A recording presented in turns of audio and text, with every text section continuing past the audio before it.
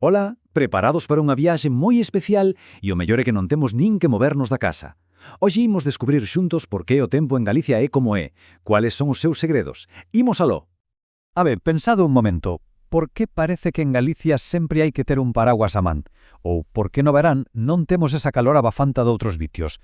Pois hoxe imos responder a esa gran pregunta dunha vez por todas. Como é o clima de Galicia?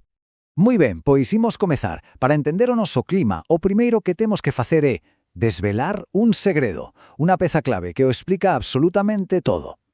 Estades listos? E aquí o temos, o gran protagonista da nosa historia. Ollo, que non é o sol, ni o vento. A resposta está no noso veciño xigante, o inmenso océano Atlántico que nos baña por todas partes. Digamos que é el quen manda aquí. E claro, como é lóxico, por telo aí pegadiño a nós, o noso clima recibe un nome que é super fácil de lembrar. Clima oceánico, ou, como non, atlántico. O nome venlle directamente do seu gran xefe. Vale, genial. Pero, que fai exactamente o océano para que o noso tempo sexa así? Pois mirade, basicamente, establece dúas regras principais que o definen todo. Vexámolas. A primeira regra ten que ver coas temperaturas, e a palabra máxica é suaves. Que significa isto? Pois imaginade que o océano é como unha especie de manta xigante. No inverno, tápanos un pouco para que non pasemos moitísimo frío. E no verán, pois fai o contrario, refréscanos para que non nos asemos de calor. Por eso os nosos invernos non son xeadas e os verán son fresquiños. E cal é a segunda regra? Pois esta coñecémola de sobra. A chuvia. E ollo con este dato, que é unha pasada. De media, en Galicia chove máis de 150 días ao ano. Iso é casi a metade de todos os días que hai. Unha auténtica barbaridade, verdade? Entón, para que quede super claro, se temos que lembrar dúas ideas clave son estas. Primeira, temperaturas suaves sen grandes cambios, nin moita calor nin moito frío. E segunda, chuvia, pero moita chuvia, moi abundante e moi frecuente.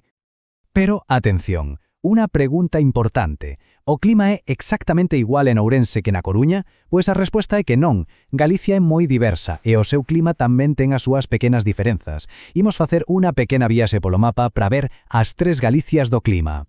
A nosa primeira parada é, por supuesto, toda a franxa da costa.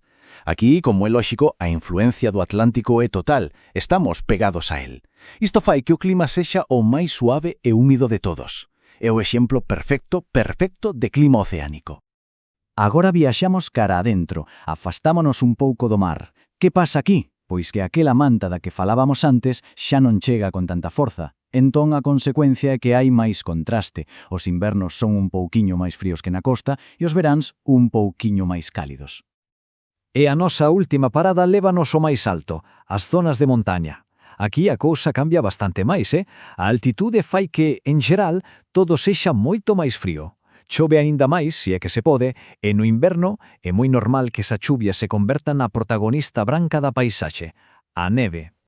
E con esa imaxe da neve nas montañas remata a nosa pequena viaxe polo clima galego. Foi interesante, a que sí? Pois para que non se nos esqueza nada de nada, imos facer un resumo final de toda esta aventura. Moi ben, cales son as 4 ideas clave que temos que levar desta explicación? Imos aló. 1.